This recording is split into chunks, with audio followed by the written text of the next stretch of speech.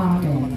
The grace of our Lord Jesus Christ, the love of God the Father, and nakisama sa amin dito ngayon sa Undas para sa pag-alala ng ating minamahal na Ama. At lalong-lalo na itong mga pulang t-shirt, matagal ko nang hindi nakita. Namimiss ko na kayo. Dati lahat ng puntahan ko may pulang t-shirt. Marami, parang ilog na lumalakad. Ngayon ko lang kayo nakita ng matagal na. Mabuti naman, kaya naman mas naging makabuluhan ang aming Undas dahil sa inyong pagdating at lalong-lalo na dahil nararamdaman namin na mula sa inyo ang pagmamahal ninyo at sa aking Ama at sa pag-alala sa aking Ama. Maraming salamat sa inyong lahat. Huwag nyo na po pansinin yung medyo mainit at magpapakain naman yung nanay Imelda natin. Alam nyo naman, basta't nandiyan ang ating nanay, hindi tayo gugutomin. Alam nyo naman lahat yun. Kaya nga,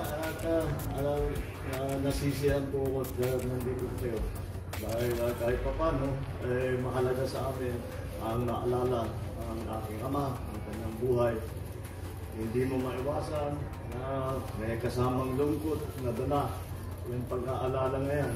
Ngunit kapag iniisip mo mabuti, may katumbas, labis sa katumbas na kasiyahan, na tuwa, na magagandang pag-aalala na kahit papano ay magdadala ng ngiti sa iyong mga labi. Yan po ang naging experience ko sa aking ama. Kaya't napakaganda na nabasa natin yung kanyang prayer dahil nandyan talaga lahat ang nasa kaluluwa na, hindi lang sa puso na, kundi sa kaluluwa na, na patibayin siya upang makapagservisyo siya. At bata pa ako, nakita ko na yan, sinasabi ko napakagandang gabay yan.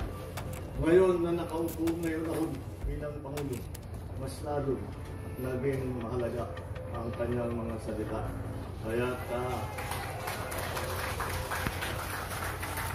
Kaya pagka iniisip ko, alam niyo, pagka meron tayong patay, nakalagay dyan, RIP, rest in peace. Siyempre, yan din ang ginanais natin para sa aking ama.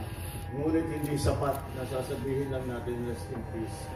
Para mag-rest in peace ang aking ama, kailangan ipagpatuloy natin ang trabahong sinimulan niya, ipagpatuloy natin ang pagpaganda ng Pilipinas at ang pagmamahal sa Pilipinas.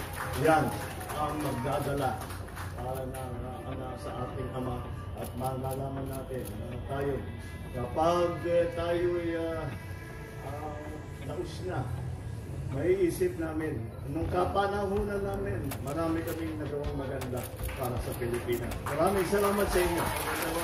Maligayang undas ko.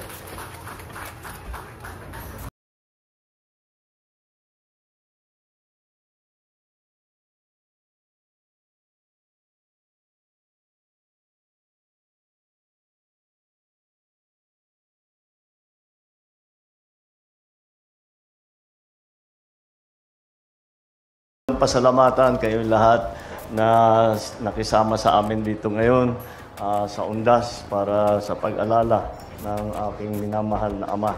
At lalo-lalo na itong mga pulang t-shirt. Matagal ko nang hindi nakita.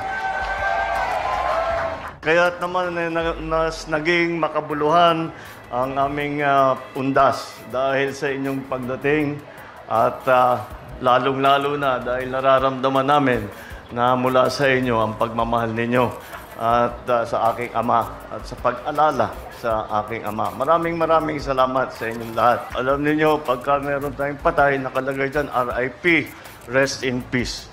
Siyempre, yan din ang ninanais natin para sa aking ama. Ngunit hindi sapat na sasabihin lang natin rest in peace. Para mag-rest in peace ang aking ama, kailangan ipagpatuloy natin ang trabahong sinimulan niya, ipagpatuloy natin ang pagpaganda ng